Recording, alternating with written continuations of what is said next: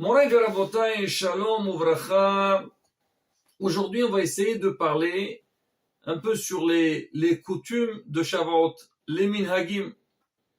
Alors tout d'abord, il faut savoir que les minhagim, ils sont partagés en deux parties. Il y a les minhagim qui sont liés avec la halacha. Il y a des minhagim qu'on a l'habitude de faire par rapport donc à l'endroit où on se trouve, un peu dans le mode de la vie. Et Hachamim, ils ont tenu que dans chaque endroit, on essaye de mettre des règles à travers lesquelles on fait, comme on dit, on élève la communauté, on donne un sens à chaque événement. La fête de Shavuot, c'est vrai a priori, si on regarde un petit peu dans les communautés, on va dire qu'est-ce qu'il y a de particulier. C'est vrai, on sait qu'il y a la veillée de Shavuot, on doit rester toute la nuit, et c'est important dans la bataille. On verra Bezat Hashem. On a déjà fait des cours sur ça, sur l'importance de la veillée et comment la veillée doit se passer. Il faut se préparer dans la journée, dormir pour qu'être en forme le soir. Mais après ça, bon, c'est vrai, il y a le minhag, le laitage. On va dire deux petits mots sur ça, mais je vais essayer Bezat Hashem. J'ai lu dans un livre, Les Ma'ani d'Ordorotechem, il rapporte beaucoup de minhagim qu'on a l'habitude de faire au sud de la Tunisie, et Bémet, j'ai lu ça, ça m'a rappelé un petit peu mon enfance. Jusqu'à maintenant, on essaie de faire certaines choses, mais pour dire que quoi, à la bataille, il faut, avant d'arriver à la fête, il faut se préparer. On se prépare dans les deux sens. Bien sûr, connaître la halachot, mais aussi vivre la fête, sentir la fête, et surtout, le message qu'il y a derrière donc cette fête-là. Alors, on va dire quelques points. Déjà, pour commencer, on a dit que notre minhag, on ne se rase pas la barbe, on ne se coupe pas les cheveux jusqu'à la veille de Shavuot.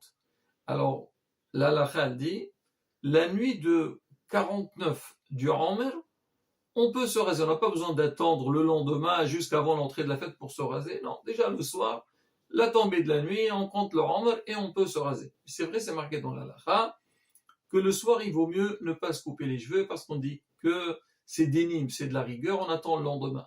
Mais si c'est difficile, on est très occupé, donc la veille de la fête, pour préparer la fête, alors si on n'a pas la possibilité, on peut le faire déjà la veille. C'est pareil aussi la nuit, je veux dire. Et c'est pareil aussi si jamais Shavuot, il tombe samedi soir, donc le 49e jour, c'est Shabbat. On n'a pas le droit de se couper les cheveux le Shabbat. Donc, déjà, depuis le 48 du Omer, le jeudi soir, on peut déjà se couper les cheveux et se raser la barbe. Ça, c'est concernant pour le Omer. Maintenant, le Shabbat qui précède Shavuot, on l'appelle Shabbat Kala, Shabbat de la mariée. Quel rapport?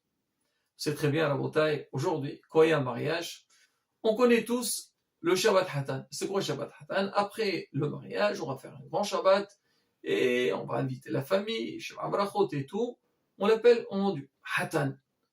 Mais le Shabbat qui précède le mariage, il s'appelle Shabbat Kala, Shabbat de la mariée. Et Bémet aussi, il y a beaucoup de coutumes que la Kala, elle va sortir de chez ses parents, alors on va lui faire la fête à la maison, toutes ses copines, elles viennent, on chante, il y a des messages qui passent aussi. Nous aussi, à Israël, le jour de Shavuot, pour nous, c'est comme un mariage. On a fait un pacte avec Akadosh Baruch Hu. Alors, on a reçu la Torah. On dit Am Israël, c'est le Hatan. Et la Torah, c'est la Kala. Et c'est qui le Messader Kedoshim qui a fait le mariage? C'était Akadosh Baruch Hu. C'est lui qui a fait donc cette alliance entre nous et la Torah. Donc, le Shabbat qui est avant Shavuot, on l'appelle Shabbat Kala. Alors, qu'est-ce qu'on fait ce Shabbat-là? Bien sûr, c'est les messages. Alors, le minhag, que Shabbat après-midi, le rav de la communauté, donc il fait une grande dracha, et pratiquement toute la communauté, elle était présente pour écouter la dracha du rav. Le rav, il vient taler sur lui, et il commence à parler, bien sûr, il va parler de l'importance donc de la journée, de la réception de la Torah, l'importance de la Torah, être la Torah fixée à un moment de la Torah, et Baruch Hashem, grâce à la Torah, qu'on est présent. C'est ça qui nous tient tout le long de notre histoire. Et à part ça, il va faire les halachot, la chôte de la fête. Il va parler un petit peu aussi sur la veillée de Shavuot. Il y a beaucoup de choses à connaître. Et le Khal, il est là, attentif, pour écouter le message du Rav. Mais le Rav, il parle aussi d'un point qui est très important, ce qu'on appelle Ahzaqat Torah, subventionner l'étude de la Torah. Ça veut dire aider les Talmidei Hachamim, aider les institutions de Torah. Et tout le Khal était présent et chacun il va faire un don, l'Irvod à Torah. Même que Baruch Hashem, tout le long de l'année, à la synagogue, on vend les mitzvot, on fait des dons, mais ça c'est particulier. Et Rabotai, ça c'est un minhag qui est très très fort, très important. Moren Arab Rabbi Khilfoun, il parle de la grandeur de ce minhag. Il dit que, bien sûr, l'argent qui entre pour qui? C'est pour ceux qui ont besoin. Il y a pour la Torah et aussi pour les nécessiteux. Il dit combien de fois, on voit des fois des jeunes ou des Talmidei Hachamim, ils sont un peu, mais ils sont pauvres, ils sont dans le besoin. Il dit à travers donc ce magbit, cette collecte d'argent, on a pu les aider pour qu'ils puissent étudier. Et les Talmud et Torah aussi. Donc les centres d'études, ils peuvent continuer. Il dit c'est un grand srout. Des fois tu donnes et tu ne peux pas savoir quel fruit tu vas avoir derrière. On dit tel et tel rame. Grâce au don que tu as fait, Baruch Hashem, il a pu étudier, avancer et grandir. Et les rabbanim me disent, mais il ne rien que ce minhag, il continue. C'est vrai, dans le passé, on le faisait, même aujourd'hui, on dit aussi bien en Hutz al-Aretz qu'en Israël. Le Ben Ish Chai aussi rapporte, c'est rapporté qu'à Bagdad, ils avaient l'habitude de faire ça, et il dit que Baruch Hashem, même en Israël, ils ont continué à faire. Et donc ça, c'est ça déjà, sentir que je fais part. C'est vrai que dans l'année, on a de l'ishivot et tout, mais pareil, donc un don particulier pendant cette fête-là, et pour sentir, moi je vais faire la fête de Shavuot, c'est la fête de la Torah, j'ai envie d'investir dans l'étude de la Torah. Alors je soulève un minhag qui est très marrant, pas marrant, très important. Nous on a l'habitude, toujours on connaît, surtout dans la communauté tunisienne, à Rosh Hashanah on a Warqat al-Asal. Ce qu'est Warqat al-Asal, la feuille du miel. Pourquoi le miel? Parce que surtout à Tunis, ce qu'on fait à table à Rosh Hashanah, ils le faisaient avec du miel pour avoir une année douce. Et on mange aussi le miel, et ainsi de suite. On a aussi Warqat Yitro. On connaît tous Sordat Yitro, la fête des garçons. Il y a une feuille dans laquelle on a parlé de ça dans le passé. On m'a accepté des brachot, et ainsi de suite. Mais il y a aussi une autre feuille qui s'appelle Warqat al-Aqrab, la feuille du scorpion. Quel rapport? Que Dieu me préserve, scorpion. C'est quoi cette histoire? Ben, on sait pour ceux qui ont vécu donc au sud de la Tunisie. Alors on était parmi, on va dire, les dangers qu'il y avait s'il y avait des scorpions partout. Et alors, celui qui se fait piquer par un scorpion, c'est vraiment un danger. Alors on dit qu'il y avait certains rabbanim, la veille donc, de Shavuot, la nuit d'avant, alors il écrivait, après Hatzot Laïla, après minuit, il écrivait ce qu'on appelle une ségoula, des écritures, moi je ne connais pas. Des écritures, il y avait des psukim, quelques passages qu'il écrivait, et en plein milieu de la feuille, on dessinait un scorpion. Il préparait ça, on dit la grande ségoula, c'est que ce soit préparé, donc le lahash il soit préparé la nuit, la veille de Shavuot, et après il soit fait, les enfants dans la communauté, ils tournaient, qui veut acheter Warqat al-Aqrab. Nous on sait qu'ils vendent les aravot à Oshana Rabbah, mais il y a ça. Et on mettait ça donc à l'entrée des maisons ou dans les magasins. La vérité, celui qui connaît ça, s'il fait surtout en France, on l'appelle Warqat al-Firan, la feuille pour les souris. C'est ça aussi, on a besoin, comment faire pour les rejeter. Et donc les gens, ils achetaient ça et ils mettaient, et c'était une grande ségoula de protection. Plus que ça, la bouteille. On raconte sur notre maître, et quand il y avait une personne qui était touchée, elle était piquée par un scorpion, on lui amenait directement, ou des fois le Rav il allait lui-même, parce qu'il n'a pas le droit de trop bouger l'enfant, la personne, et il venait, il mettait sa main donc sur l'endroit où il a été piqué, et il commence à faire un lahash, il lisait des psukim, et Baruch Hashem, tout disparaît. Il y a eu vraiment, on dit qu'il y a eu des miracles avec ça. Il y a des personnes, des témoignages qui ont été touchés par ça. Et Baruch Hashem, le Rav, il a fait le nécessaire et tout est parti. Il ne prenait même pas un centime. Donc ça faisait partie un peu de l'ambiance. Il y a aussi, il y a dans je sais qu'à Djerba, il faisait une bracha pour les gens qui faisaient la recherche s'il y avait des scorpions pour les tuer. Et ça, c'était Matzil les Fachot, c'était vraiment très important. On les bénissait à la synagogue. Ça, Rabotai, encore une chose qui n'est pas très connue. Et mais il y a derrière ça aussi, Rabotai, quelque chose qui est exceptionnel. On a dit qu'à Purim, on préparait les gâteaux. Alors à Shavuot aussi, alors il y avait des préparatifs spécifiques pour la fête de Shavuot. Déjà, on faisait ce qu'on appelle les cakes. Aujourd'hui, tu dis, c'est quoi un cake? On sait soit un rond, ou un petit bâton, et ça s'arrête là. À l'époque, alors on faisait vraiment des images, donc on faisait des gâteaux sous forme comment on appelle ça, d'un oiseau, une échelle, un panier, alors surtout les lettres de Aleph, Bet. Alors on faisait ça et je me rappelle, on mettait ça dans un grand panier, on les préparait, on voyait ça. Les enfants, ils adoraient ça, donc ça fait rappel à Shavuot. Quel rapport? On dit l'escalier, l'échelle qu'on fait, c'était ça rappelle Moshe Rabbeinu qu'il est monté au ciel pour chercher la Torah.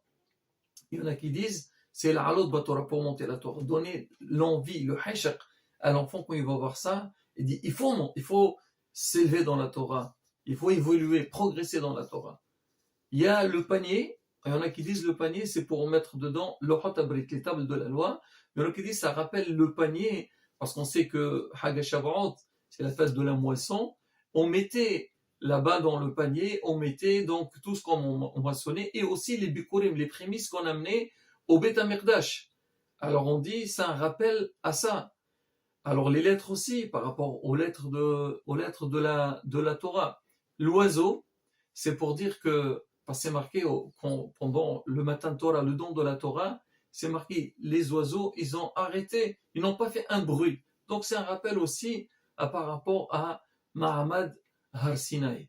Et on raconte que c'est ce qu'on faisait, des fois on prenait des cakes, on donnait aux enfants, on leur mettait comme un collier et l'enfant il mangeait ça. Et ça, la beauté, pareil, c'est le minhag qu'on disait quand un enfant il entre, il commence à lire le Aleph Bet, l'alphabet hébraïque, alors on faisait un grand gâteau, on mettait du miel dessus, et l'enfant il léchait le miel, les lettres, avec du miel pour dire que la Torah, elle soit douce dans ta bouche, comme le miel. Il y a aussi un autre minhag, c'est on faisait ce qu'on appelle le qlaya. Alors on prenait, c'était surtout des céréales, et on les fait griller. Tout se passait à la maison à la bouteille. Et on préparait donc une belle quantité. Et pendant cette fête, il y avait des échanges. Comme à Purim, on envoyait chacun, il l'envoie à l'autre pour faire goûter. Alors ça, c'est là, c'est un rappel de l'histoire de Ruth. Et en plus, la fête de Shavuot. Alors on faisait des céréales, de l'orge, des lentilles, des pois chiches, des fèves. Alors chacun est commandé. Kol Mosef Mosefin Lo. Et là, encore une fois, dans la maison, dans la communauté, il y avait cette ambiance. Et cette ambiance, elle rappelle directement cette fête de Shavuot pour voir. Aujourd'hui, tu parles de Ruth, oui, Ruth, la tzadeket, mais pas plus. Mais ça, on va demander. Et aussi mettre en valeur ce qu'elle a fait. On dit, elle est convertie. Elle était loin. Torah, elle est revenue. Donc, ça donne un hizour pour le Ham Israël. Donc, la beauté, tous ces coutumes-là qu'on fait pendant ces fêtes-là, il faut savoir qu'il y a un message. Mais nous, on doit être fort. C'est pas seulement, d'accord, on va manger, on va profiter. Très bien, il faut le faire. Il faut faire une belle table. Mais derrière ça, transmettre des messages. La fête de la Torah, on dit que la fête de la Torah, c'est la journée, on appelle aussi la fête de la simha, la joie. Pourquoi? On a mérité de recevoir la Torah. Il y a plus beau que ça. Baruch Hashem. La Torah, c'est elle qui nous protège. Et il y a aussi le minhag de laitage. C'est vrai, en Tunisie, il n'y avait pas ce minhag. On ne mangeait pas de laitage à Shavuot. Pourquoi? Parce qu'il n'y a pas beaucoup de laitage. Le lait, il y avait, mais sinon, les fromages et tout, il n'y a pas. Même les plats avec du fromage, on ne connaît pas. Alors, mais c'est rapporté dans la lacha. On mangeait du laitage. Pourquoi? Parce qu'en Israël, quand ils sont partis donc recevoir la Torah, ils ont eu des règles, des lois c'est que on doit faire la shrita de la bête, on doit cachériser la viande. Il y a tout un travail qui doit se faire pour pouvoir consommer. Et avant Matan Torah, ils ne connaissaient pas ça. Donc ça fait, donc déjà les ustensiles qu'ils ont utilisés, ils ont mangé dedans des choses qu'aujourd'hui, on n'a pas le droit de manger. Il faut cachériser donc ces ustensiles. Et aussi, il faut faire la shrita, il faut préparer le manger. Et on n'avait pas le temps. Ah, qu'ils ont fait, ils ont mangé du laitage qui était déjà prêt, du lait, tout ce qu'il y avait qui était prêt, ils ont mangé. Nous, on rappelle de ça. Alors, donc on mange ça la fête Shabbat. On dit aussi, parce que on dit des vaches halab taht les shoner, le miel et le lait sous ta langue, nous aussi, il faut que la Torah elle soit douce pour nous, donc comme le miel. Et il y a aussi le miracle que dans la synagogue, on décore la synagogue avec des fleurs, avec de la verdure. Pourquoi? Pour rappeler le mont Sinaï. Ce mont Sinaï, c'était très agréable, nous aussi. Et tout ça, Rabotai, encore, c'est des messages. Pour nous en premier lieu, et aussi pour nos enfants. Et Bezrat Hashem, qu'on tient à nos minagim, mais les bons minagim, parce qu'on dit minag, minag Israël, Torah, hu. Mais on dit aussi minag, c'est au-dessus de Gehinam. Faire attention, ne pas faire n'importe quel minag. Toujours faire référence à ces rabbanim, aux grands, pour savoir comment ils sont conduits l'Aram Israël et suivre leur habitude, Bezrat Hashem, comme ça, on continue dans Derech Israël, Bezrat Hashem, et Torah Israël, Ad Kol Shlema, B'mira B'Amenu. Amen, Ken.